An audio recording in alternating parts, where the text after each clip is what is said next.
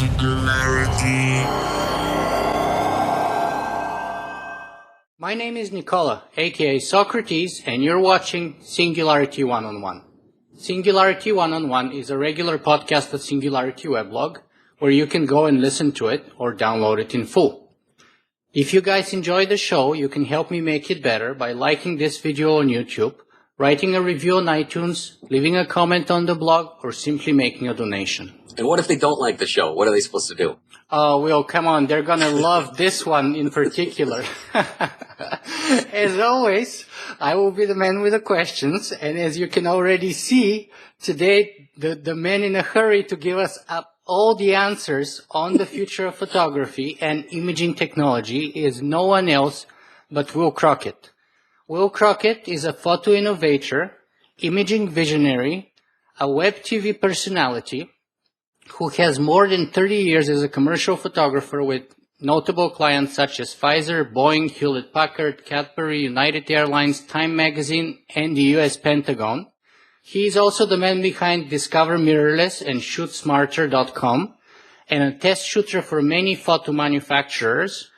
He gets privileged access to many of their prototypes, and actually in this way he became the main reason why I ended up buying a Panasonic GH3 in order to shoot all my in-person interviews. Oh, sure. You're going to try to blame me now for your lousy video. So if anything goes wrong from here on to all my audience, it's this guy's fault, I have to say. So, Will, thanks very much for being on Singularity One-on-One today. I really appreciate you took time to be with us. Oh, it's great to be here. The staff around the studio gives me nothing but a hard time because I've been a fan of your website for quite a while. And take a look at your video interviews, particularly the one we were chit-chatting about with Ray Kurzweil. Man, if I could have ever gotten to go on one, that would probably be the one I'd go on. I think that got something else. Yeah, and I'm sure if you were, then you wouldn't have made any of the endless mistakes that I did, both in the audio and the video and the light, everything I messed up. It was terrific. In fact, I think that's probably your best podcast because I have that one permanently on my iPhone. Oh, wow. Thank you so much. You're welcome. So, Will, I'd like to find out, the first question that I ask of my guests is, I want to find out what makes them tick. Not only what they do, but why they do it and why and how did they end up doing what they do. Yeah. So let me ask you this. Why and how did you fall in love with photography? Of all the other things you could do. I was a farm kid raised in central Illinois and son of car mechanics. My father, my uncle, they were all into repairing cars, and I learned a little bit of that early, but I just wasn't interested in that. Somehow I picked up a camera and I found that I could experience kind of both halves of my brain. The technical chemistry part, because back then we were developing film in a dark room. And then the creative part was really kind of a bit of escapism, I guess, for me to see if I maybe had the ability to be a creative person instead of a mechanical person, because the small area in central Illinois that I grew up in really didn't offer a whole lot of opportunity to creative people. So somewhere along the line, I just decided I was going to go to photo school. And the funny part is I actually won a scholarship to go to study electronics. Through a state of Illinois kind of contest thing for electronic high school students, and I won the whole thing. And I just did it as a lark to keep my parents from yelling at me, and I won the darn thing. And they were really upset when I decided to pass it, and instead I went to Brooks in Santa Barbara, California to study photography. So that's really how it all happened, and beyond that, I don't know how I got here. Wow, so you could have ended up in the world of technology, more strictly speaking than you are right now. So that's an interesting segue perhaps to one of the major questions in the heart of photography that has been there since the very early days of photography, which is the debate of whether photography is really an art or a science, or whether craft. it is a reality or fiction. You know, I think of it much like the guys that I see in the Northeast that with just their hands and a stack of hardwood create the most beautiful, cabinets and tables you've ever seen. Nothing fancy, nothing ornate, nothing art. However, when you look at the skill and the artisan and the craftsmanship that they pour into that, that is art to me that you see every day. Even though you open up the knob on that cabinet to grab a coffee mug every day, that doesn't mean that that's not a piece of art there too. But does it really deserve to hang in the Louvre next to something that's a fancy oil painting? I don't know what the answer is. Is photography art? I don't know. I don't even allow myself to be labeled as an artist at all, ever. I don't think that I'm the world's greatest photographer in the slightest bit, and I think I've gone a long way with very little photo skill and maybe a lot of technological skill, but I think my big plus is communication. And I can communicate with a camera and with a video camera and with an audio recorder, and I can communicate with my voice. And if I mix all those together, I think that's what makes me unique and different and allows me to be pretty much the only guy that does what I do. Mm-hmm. So, but on the other hand, pictures like the pictures of Henri Cartier-Bresson are hanging in like the Paris Library and in a bunch of galleries across the world. So yeah. I think obviously there are people who would say that photography is art. Yeah, I would too. I've been just stunned when I get a chance to see some original photos, even from people that don't, you'd expect me to say, well, original Ansel Adams and Weston stuff, that's all. And it is. It's gorgeous. But, I've been thrown backwards by even taking a look at Andy Warhol's photographs. I had no idea that they could capture so much life in such a low-grade technological medium. It's interesting for me. I don't understand it. Don't think I do. My end is the whole techno end and the future end of it. Yeah. Mm-hmm. So then what about the second part? Is photography reality or fiction then? Yeah. I don't know. If you can figure out the answer to that, I have no idea. I guess it's a combination of both. And you know what else is interesting too is we have those kind of discussions here amongst photographers when is the image created in the camera or is it created in the computer? Because there's so much we can do with Photoshop, whatever retouching tools. But I'm kind of old school when it comes to that, and I think that a photographer needs to create the vision of the piece in their mind and then use the camera as best they can to achieve that vision, and then only use the post-processing when they need it, when they can't do it in the camera. Mm-hmm. Okay, so let's move on to another issue here, and that's the issue about the meaning of hybrid photography. Yeah. You've gone on the record, and you were one of the first people that I was aware of who very openly and very controversially went all the way up there to say that DSLRs are dead. Yeah. So let's walk us step by step here and tell us first, what is hybrid photography, and why do you think it might mean the end of DSLRs? Yeah, wow. Thanks for allowing me a platform to bring this to a different audience. And hybrid photography is where we're all going. The line between a photographer that shoots still photos and a videographer that shoots video images, that line that separates the two of us is gone. And we want to be able to help photographers, both photo-based photographers and video-based photographers, to learn that we can capture a moment and create a remembrance. And we can actually show what a product, for instance, is all about, too, by using both photo and video and audio. Audio's got a lot to do with how we as humans retrieve memories and retrieve emotions. And when I hear a piece of video from my daughter, who's now 22 years old and in med school, of her when she was 4 years old and that cute little squeaky voice, I don't need to see the picture. I can just hear that piece of audio and it transports my brain right back to that moment in time that I cherish so much. So what we want to do is we want to let photographers know that the sagging print sales that they're seeing now in pretty much all areas of regions where photographers make their money by selling a printed physical photographic print, that decline in sales is not coming back. And they're going to need to replace that with a hybrid product, meaning it doesn't matter if you are shooting weddings and you think you're selling a wedding album. You think that $3,000 book, that's what you're selling. It's not. You're selling the memories that are held inside that book, and it doesn't matter what physical shape that book is. It could be an electronic piece, and it's still going to have that same amount of value. That's just our struggle with photographers. So we're seeing photographers, typically my generation, the 35 to 55, not being very open. And that's where you said that I took a couple of pot shots, and I still do take a couple of pot shots because they feel that I'm betraying kind of our generation of master craftsman photographers by saying that we're getting away from generating portrait sales and we're getting away from the craftsmanship of photography. Well, not at all. We're applying that into a different medium, and it's extremely exciting. And of course, that's where it all comes around for me to say the end of that hardware is here. The holdbacks that we have with a DSLR, meaning a camera that's got a mirror in the middle, it's holding us back. And when we see cameras that don't have a mirror in the middle, they don't hold us back. It's really that simple. So the plus of it is that DSLRs are large, expensive, they're complicated, they have a bunch of end of their technology lifespan signals that they're giving us that they just can't get any better. For instance, autofocus, when it comes to shooting video on a DSLR, is nearly impossible. And the only way to fix the autofocus is to get rid of the mirror, because the mirror is actually what sends autofocus information up to the sensing section of a DSLR. And when we have a mirrorless camera, and in fact, a lot of people don't even know, mirrorless cameras look a lot like DSLRs these days, and this is one of my favorite mirrorless cameras.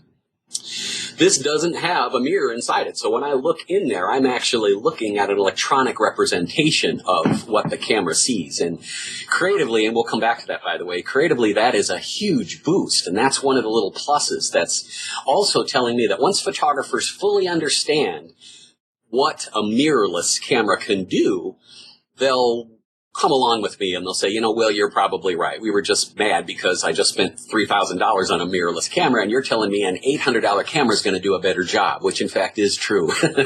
And I can prove it. That's part of my job. We're not looking to stick our tongues out at anybody, and we're not looking to do anything else but to sound the alarm.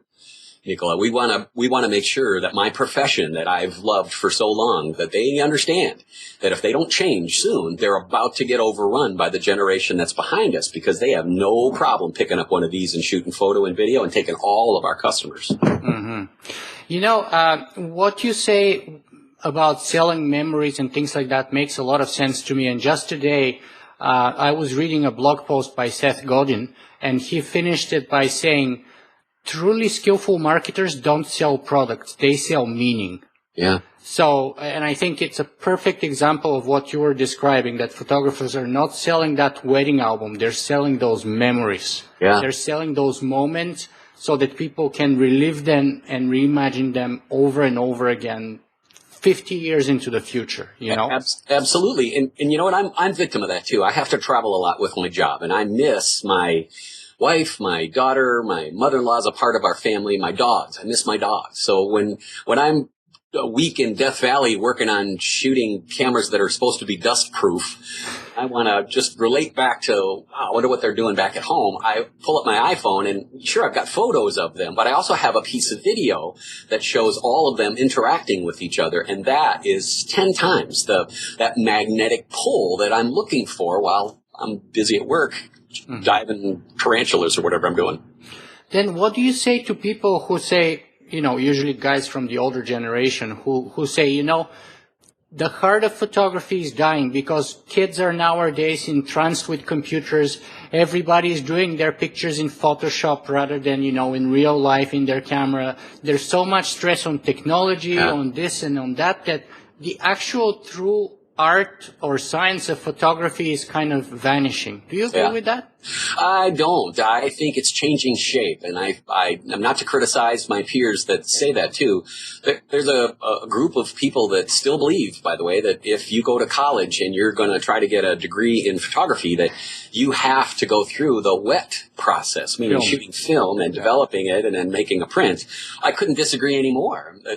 You can't send an intern to me and on that resume if they say, oh, I'm a master color enlarger printer and I can process color negative film. I'll look at him like he's crazy. So, well, no, I can't use you. You have to go somewhere else. I don't know where you're going to go either, but we need people that can help us process the files that we're creating for our clients, and that is photo plus video plus audio. And unfortunately, the colleges, hopefully there's college professors watching this right now, they are woefully behind.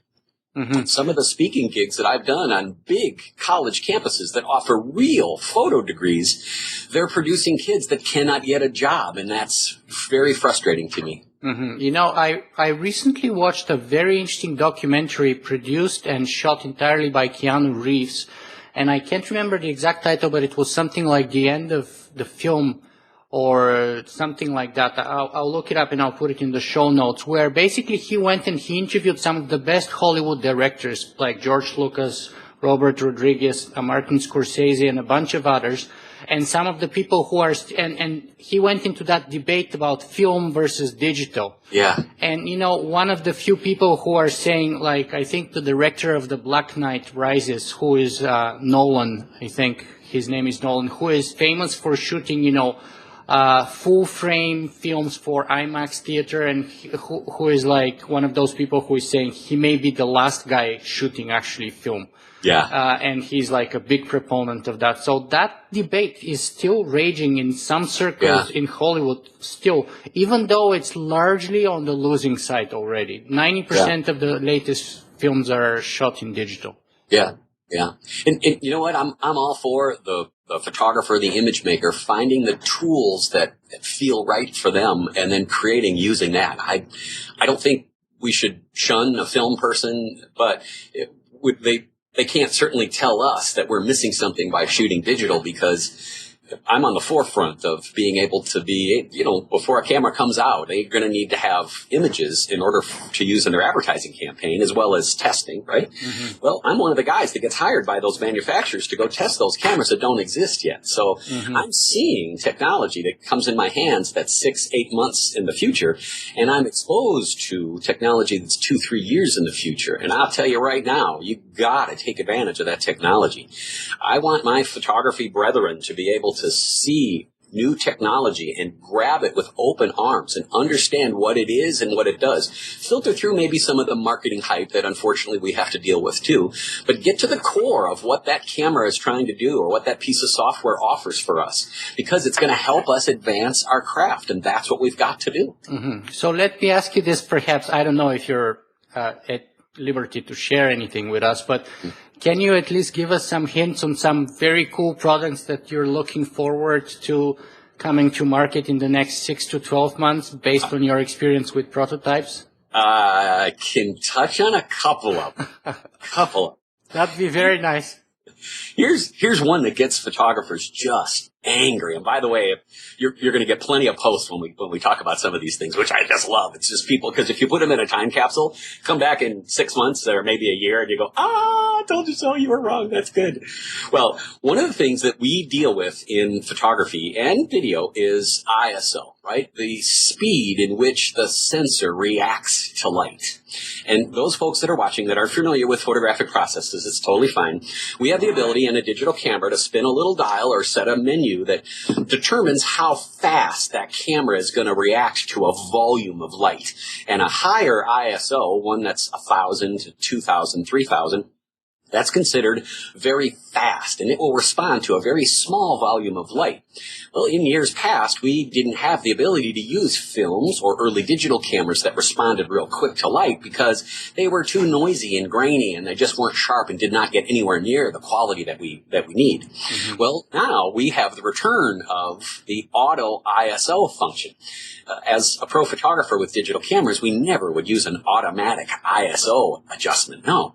And we would be very precise on making sure that we use the lowest possible ISO to get the best possible quality. Well, you know that the vast majority of the pro level, both mirrorless and DSLR cameras, you can't tell the difference between their lowest ISO, which is typically 100 or 200, and maybe 2/3 up the way of the chain, all the way up to 1600. You literally could shoot a test picture at each one of those different ISOs and ask a photographer if they could pick out which one was which. And we've done this in live events, and they just can't do it. So we're now seeing the ability for a photographer to decide shutter speed wise. Say I'm taking a picture of my dog, right? My dog loves to fetch the ball. She's a retriever.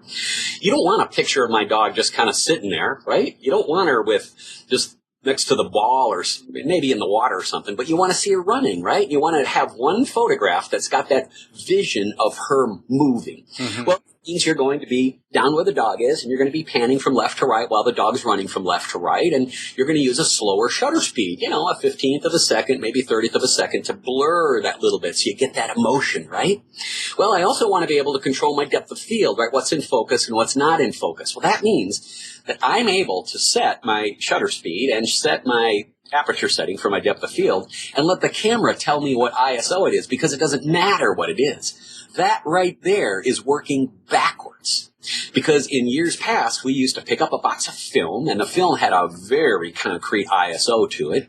The first thing we would do would be set the camera on that static ISO and not allow it to hesitate, and we couldn't let it change at all. Mm-hmm. Well, that's the last thing we do, and in fact, it doesn't even matter. Here's one of the other things that's changing that's crazy is, do you remember with your early digital cameras, you used to have a digital zoom, where you'd zoom in and then it would actually make the image bigger and it would fall apart and it would get horrible looking? Yeah. The pixels would just blow up and it'd be just literally falling apart. Yeah, I remember. Horrible, horrible. Well, there is one camera manufacturer that has technology that completely turned me upside down. They have the ability to return digital zoom. They've got a camera with a nice big sensor. And if you cut that sensor in half and then you pull in and you zoom it back in electronically, you increase the pixel values, right? That's called resing up. You're actually storing pixels that you didn't record. They're ones that have been invented by interpolation, very intelligent interpolation processes in the camera. Well, we think instantly as photographers, there's no way you can do that. You can't take this pixel and that pixel and invent two pixels that go in the middle. Mm-hmm. Well, hold on. To take that photograph, which is a bunch of little pixels, convert it over to vector data.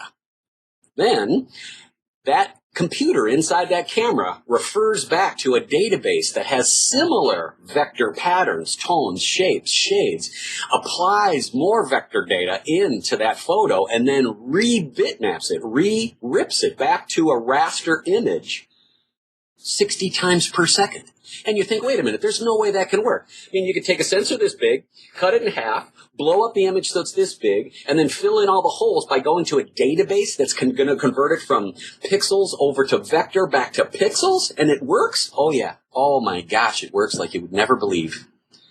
And it's going to totally allow us, once again, photographers, we think, there's no way auto ISO is going to be any good. Well, hang on a second. Those young kids that come in and this is their first pro camera and they say, oh, wow, Will's using ISO and it works great. They're just using that. They're moving on. They're not arguing about it. They're moving on.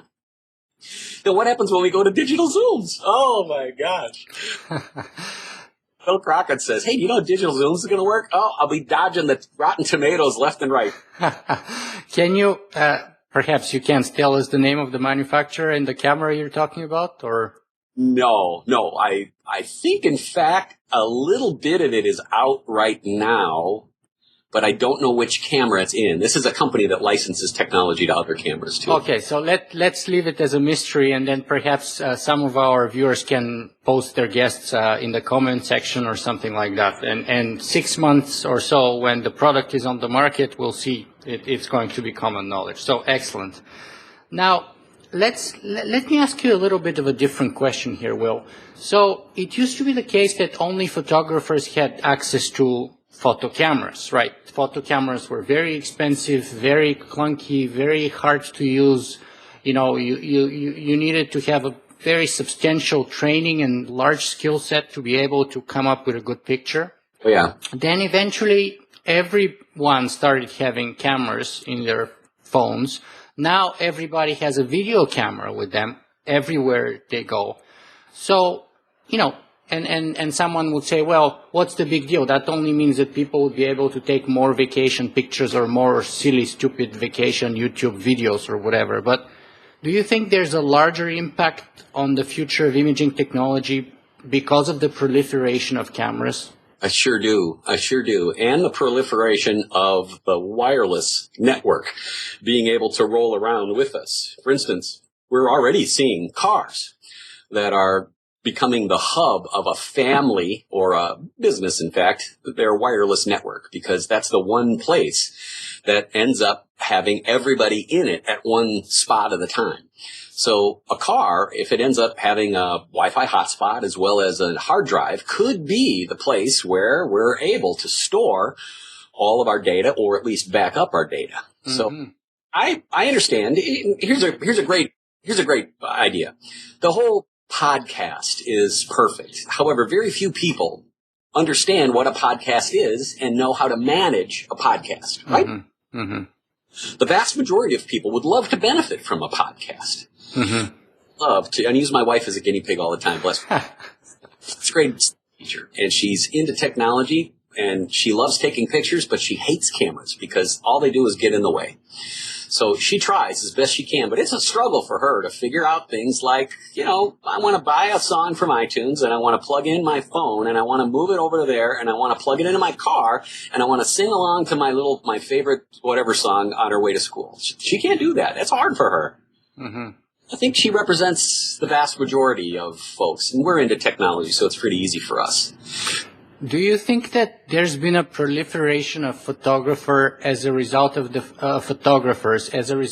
fact that, digital photography has brought both the cost down and the skill level and made it more accessible to everybody? Because some people would say, yeah, that only means more bad pictures everywhere you look. Yeah. But my view is quite different. I know that for a fact, even though I still take horrible pictures, I take better pictures than I was taking before. There's no doubt in my mind for that. And I know that other people have even taken it many levels up and have become professional photographers in the last 5 years, right? 5 years ago, they didn't even know how to hold a camera. Now they take fantastic professional pictures. So don't you think that's one of the outcomes? Do you agree or disagree? No, I do. And why do you think that they are taking better pictures? Because of practice? Well, I think because first the barrier to entry is much lower, right? So you can buy a cheap camera for a few $100s and begin. Then you can see and learn instantly as you snap your pictures and correct it instantaneously. It used to be the case you take a picture, you see the result a week later or something, and you can't do anything about it. Right? Now you take the picture on your phone and you're like, oh, that's not a good angle. Let me try from here. Oh, the light's not good here. Let me try from here. So you learn instantly. The feedback process is much faster. You improve. And if you're interested and passionate about it, I think you can progress and improve your skill set much faster than ever before for a much lower cost. Yeah, agree. And people are using images to communicate back and forth, because I'm able to take a picture of me going to visit my daughter in college and send it back to my friends instantly.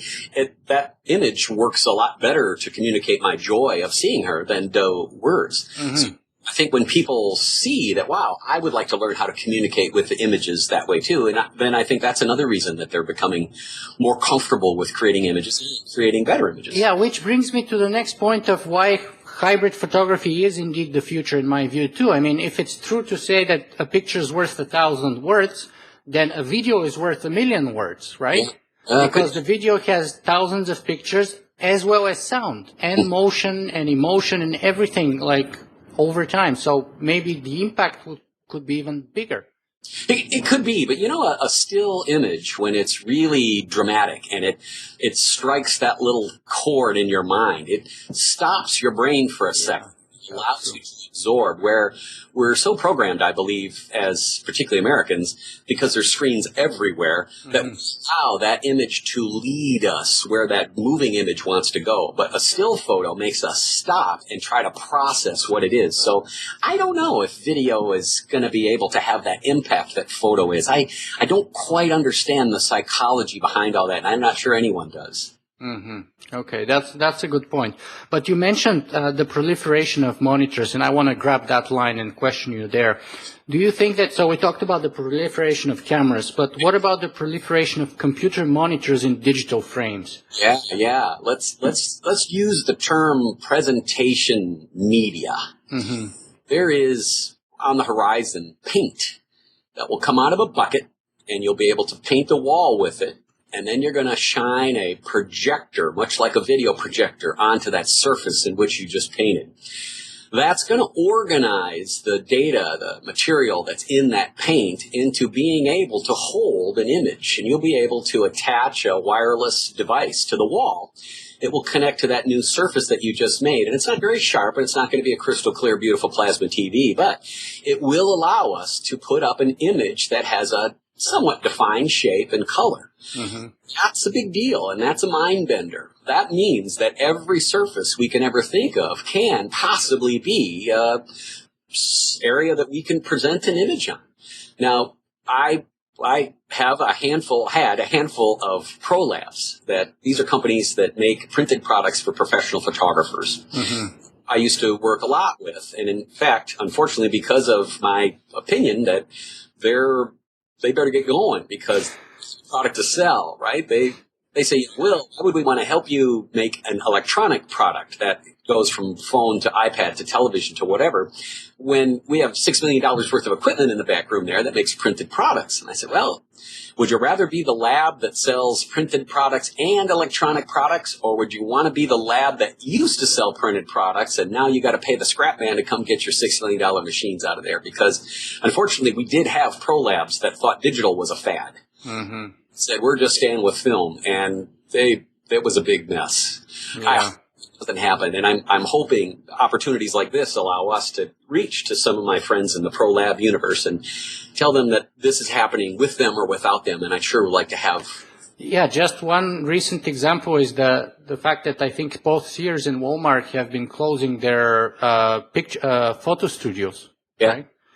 But going back to your point about smart paint and things like that, there has been a very popular video on the future called and produced by Corning Glass. By the way, the manufacturer of the iPhone screen or the Gorilla Glass, and I think it's called The Future of Glass, which is absolutely stunning, and I recommend for anyone to watch it. And that doesn't even show everything that they presented at CES. Let me bring you up to speed on that whole thing. Imagine this, and I'm not disclosing any secrets anywhere. Most of this is public knowledge.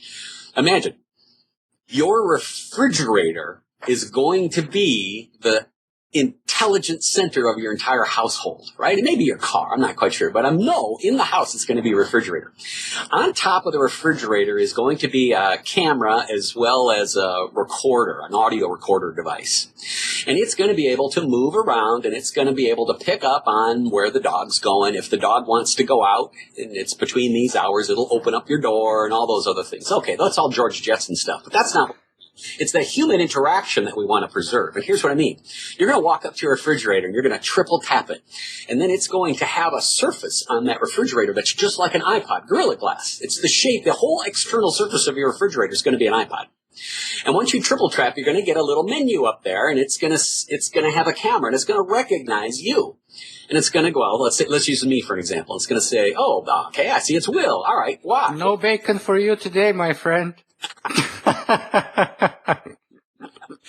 When it sees me, it just locks the door and says, go. No beer and no bacon. That's it. Know that it's me, and it's going to allow me special privileges because it knows that it's me. Say I have picked up a bag of dog food for the dogs, and my wife had mentioned on the way out the door this morning that she was going to stop by the store and pick it up. But she was going to come home first and go play tennis and then go whatever, right? Okay. Mm-hmm. Well, I want to catch her when she comes back, and I can send her a message to her phone, but she's not real good at checking out the phone, right? Let's walk up to the fridge. I'm going to triple tap the fridge, and I'm going to leave a voice message and visual video message for my wife. So I'm going to say, hey, honey, I already got the dog food. Don't worry about it. Have a terrific day. I'll talk to you later. Well, as soon as she walks in the door, that face detection and facial recognition, right? Two different things. Face detection technology means it sees a face, and that allows us to autofocus a camera, face detection, not anything. Facial recognition means we get to assign who that person is. Well, that refrigerator knows that when a face comes in, that it's my wife and says, oh, hey, ding, ding, there's a message for you. Tap here. She taps there, and it's me saying, oh, hey, I already got what it's wanted to. that's the technology that's going to help us sociologically move forward with what we're all trying to do. And what we're all trying to do is we're trying to communicate better and more efficiently and more effectively so that, I don't know, maybe we have more free time, but knowing technology people will just fill that extra time in with more technology stuff, right? Yeah, go ahead. I also think that we're going to see picture frames or surfaces in our home that are connected wirelessly to our device. Let's say the iPhone that's in my pocket has a list of photo and video images that I've flagged as my favorites, and they're ones that I want to see and I want to share. When I walk into my home, those screens, which are dark all day, there's no reason to waste electricity, they're to light up, and they're going to sense when I come into the room, oh, there's nobody else here but Will. I'm going to put Will's favorite pictures up. And then when my wife comes in and she's over in this part of the house and I'm over in the other part of the house is going to know where we're at, and it's going to display those images the way we want to. That is wonderful because that's also going to lead us to, cars. Let's go back to the car. Do you know that the external surface of a car already can be changed when it's color, and we're soon to see patterns? Mm-hmm. There's thin, stretchable medium a substrate that goes on the outside of cars that will allow me, if I decide I want it to be green today, I can set my car to be green today. Well, in the car, my wife's got the car set to pink. Sure. Sure. So, but you press a button that I prefer gray or green or whatever, and it automatically changes the color of the car. Yes. So we're talking here about very good examples of artificial intelligence in imaging technology, such as facial recognition and so on, face detection. Let me talk about those same functions within the cameras that we're both using today. For example, like the GH3, the Panasonic GH3, and most of the other mirrorless cameras have them. And how do they change photography? They change photography at an unbelievable speed. For instance, one of the big struggles with event photographers, say a photographer has to photograph the wedding reception in order to get the job as the wedding photographer. When you take a look at the amount of time that a photographer has to take at the wedding reception versus the amount of dollars they make per hour, they don't make any money at a wedding reception because people typically don't buy many of those prints. On the other hand, the bridal party and the beautiful wedding pictures, those are the ones that they're going to buy and the ones that they're going to want to see more of. Mm-hmm. You need to figure out how to make those events easier, faster, more profitable. One way is to take advantage of technology. And one piece of technology that's changing how we photograph events is face detection.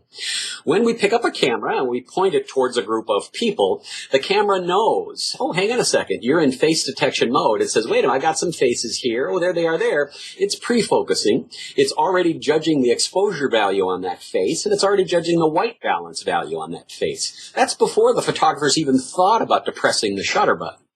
That's speeding up the process, and it's also making a better picture because it now gives the ability for a photographer to decide, well, do I need to turn a flash on or not? Am I in too dark of a section of the room? Should I ask the people to move out of the way? Well, all those decisions are being made by the camera, and the photographer just needs to interpret them. Mm-hmm. One small little piece. Here's another one. You could take your GH3, and most people who have one are not that familiar with it. You could take your GH3, as well as other high-end mirrorless cameras. You can turn on the face recognition function. Mm-hmm. Get out a face. You can either go through the menu or just shoot the same face 3 times, 3 pictures in a row.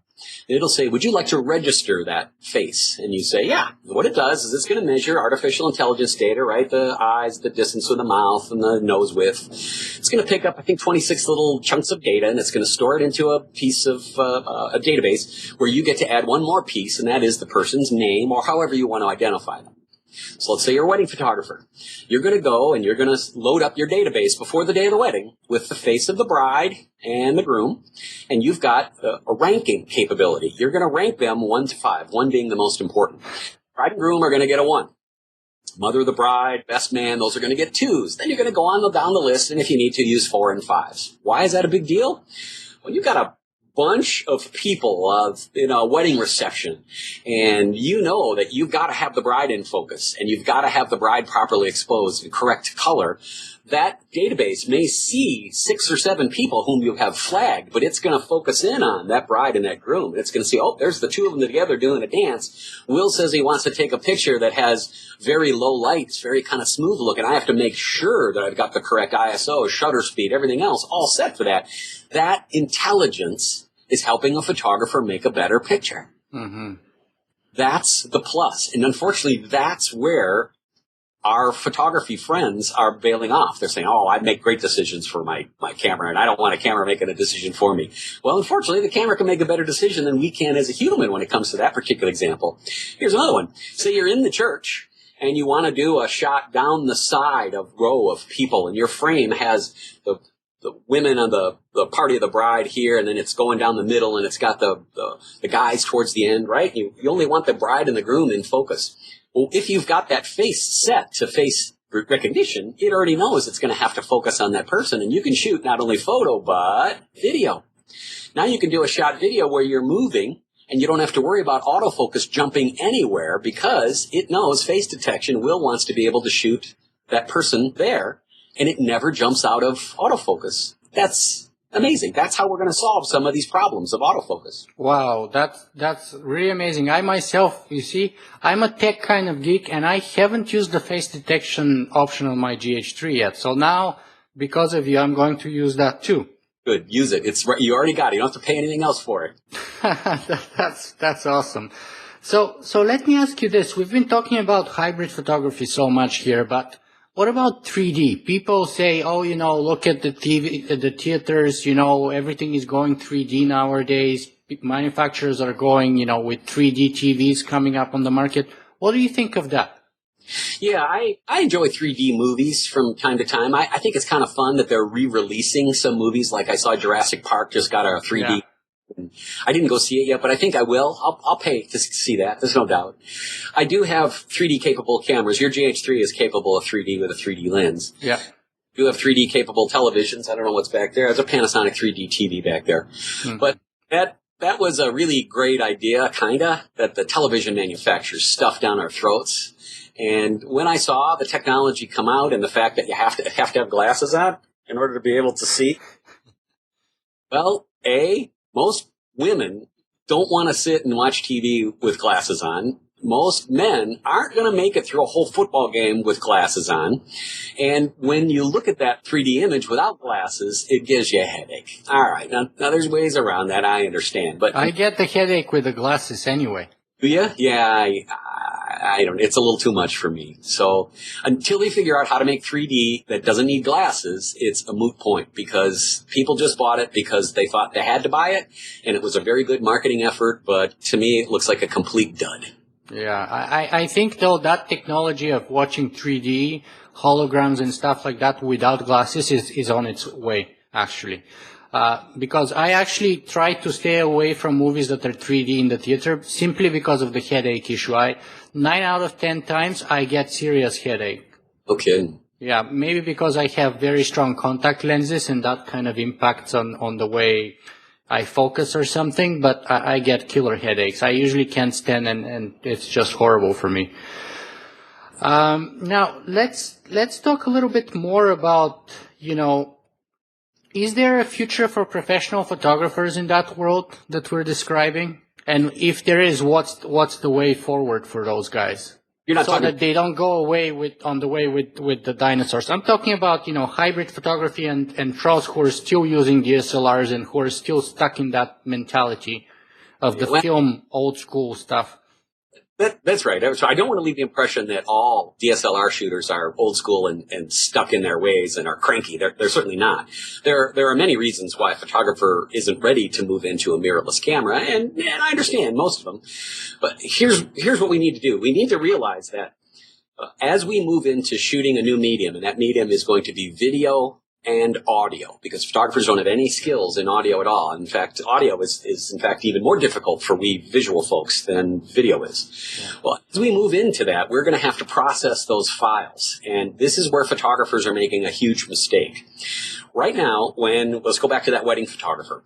When they photograph their images, they're all photos. Sometimes they do a little bit of video, but they're all photos. Then they bring those photos in and they do their first edit. They go down from, say, 2,000 to maybe 500.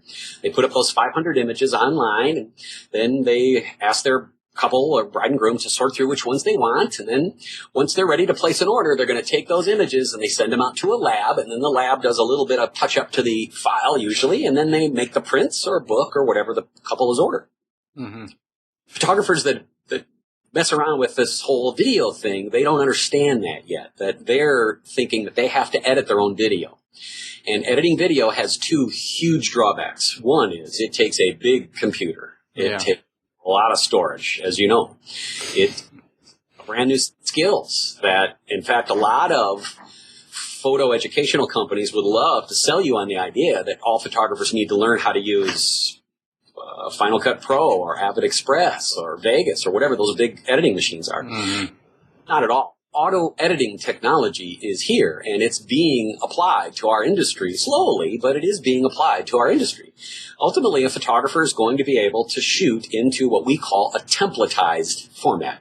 If they come in and they decide, their customer comes in and they decide that they want your whatever Mother's Day card, they'll see an example of 5 photos and 2 pieces of video that have been auto-edited. So the photographer then can go ahead and shoot those same photos, just like the sample that the person saw, and that same piece of video, upload them to a hybrid lab. The hybrid lab then sends that video file back to the photographer, or they send it directly to your customer. So the bottom line is, customer walks in, they order a hybrid piece. It requires the photographer to shoot photo, video, record audio, trim the clips, submit them to an auto-editing system. Mm-hmm. That system then sends, for instance, an SMS text direct to the phone of the customer. They click the download, and then that electronic product is then done and it's delivered onto the phone. Wow. That also allows the photographer to use an online sales gallery that works in an automated mode as well, because the person can hop online, can see the photo and the video and decide, oh yeah, I would like to have one of these e-products like this. Click OK. We're at the point now where the system can auto-gather the photo and video that it needs. In fact, the customer can actually choose which video it wants, sends it to the hybrid lab, it bounces back in less than an hour. The whole product's done, and the photographer doesn't have to be there, and they don't have to answer the phone. Wow. That exists, but unfortunately, it's going to wipe out another industry. We're not done. I gotta tell you, I'm not a professional photographer, but that's a dream come true for someone like me, because my strength is not, however much I love using the GH3, and I do, and I've fallen in love with photography because of it too, but my dream is that I can focus on my interviews and perhaps think a little bit about the setup. But after that, I honestly hate video editing.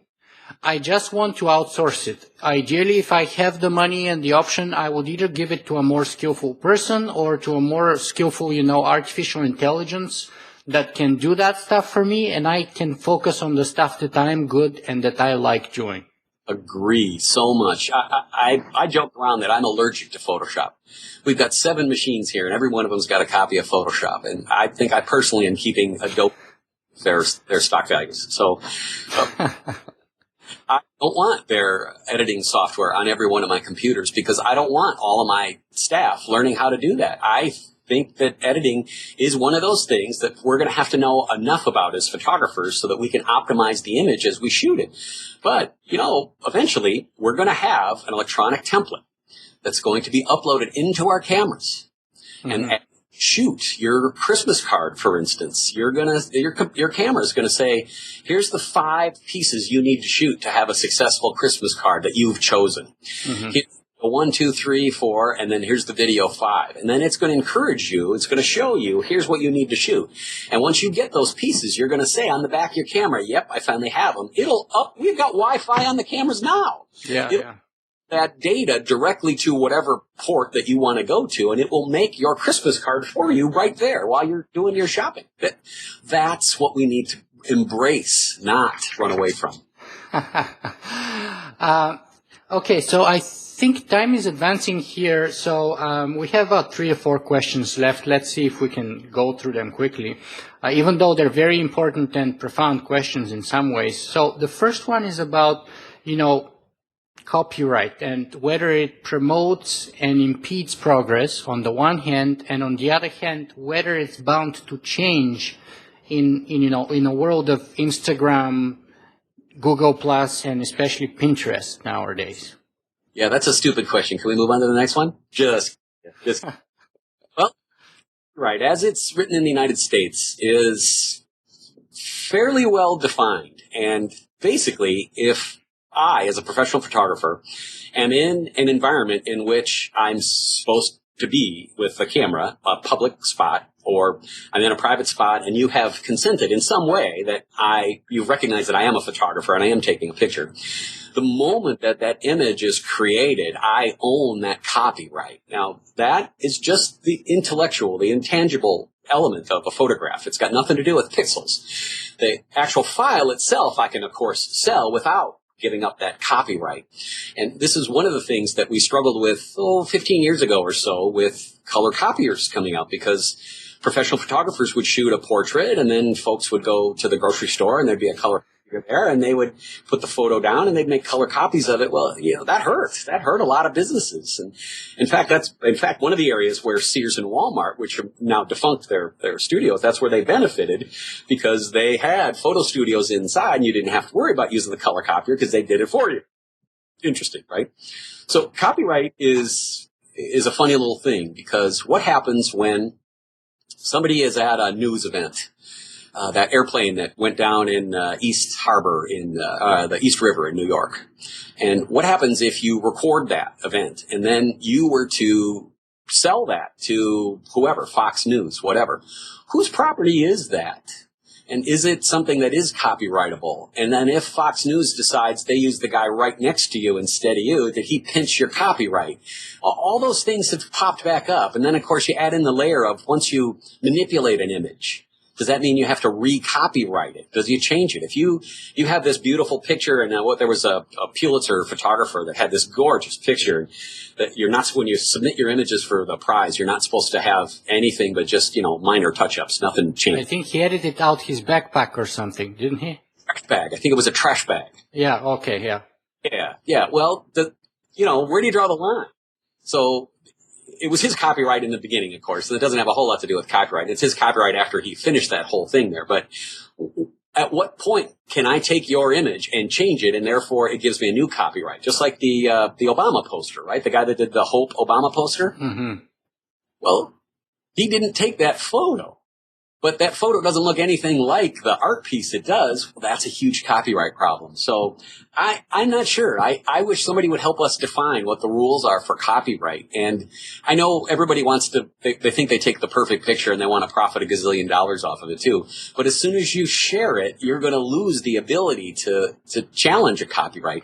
Right? If I put a picture on my Facebook page and you take it and you use it, I don't know that you violated my copyright. So maybe it's my fault for putting it up on Facebook, right? Mm-hmm.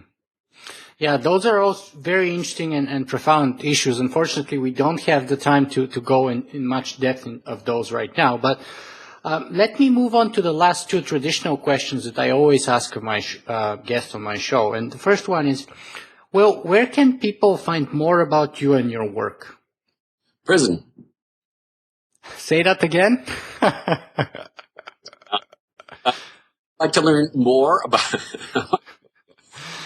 hybrid photography. Our website called discovermirrorless.com is got a lot to do with mirrorless cameras, but it's more to do with hybrid photography and how the pro and emerging pro can move into shooting photos and video and audio and put them all together into something that makes sense and hopefully makes a profit there too. Mm-hmm. Fantastic. And then the last question is, we've been talking with you for about an hour now. So what do you think is the most important message that you want people to take away from this interview with you today? Yeah. If you're a professional photographer, I just hope that you're open-minded and would just have a hunger, a passion for learning how technology is going to move us forward instead of seeing what you can't do with your camera. I want what you can do with your camera. So many people get stuck with obstacles. They have an idea to create a shot or a hybrid e-product, and they go to shoot it and their camera gets in the way because it's too hard and it's too confusing, or they don't understand how to make a correct exposure with video. I want them to turn that around as a positive. So that whole taking lemons and making lemonade is real. And I want my professional photographers to think what people want and let's go give it to them, not what we can do and let's go try to sell it to them. Mm-hmm. Well, I think that's an excellent point to call it a day. So, Will Crockett, thank you so much for being with us today. So welcome. This is so fun. My goodness gracious. Of course, let me know how I can do the camera too. I'm glad you made the right choice. Thank you. I definitely will.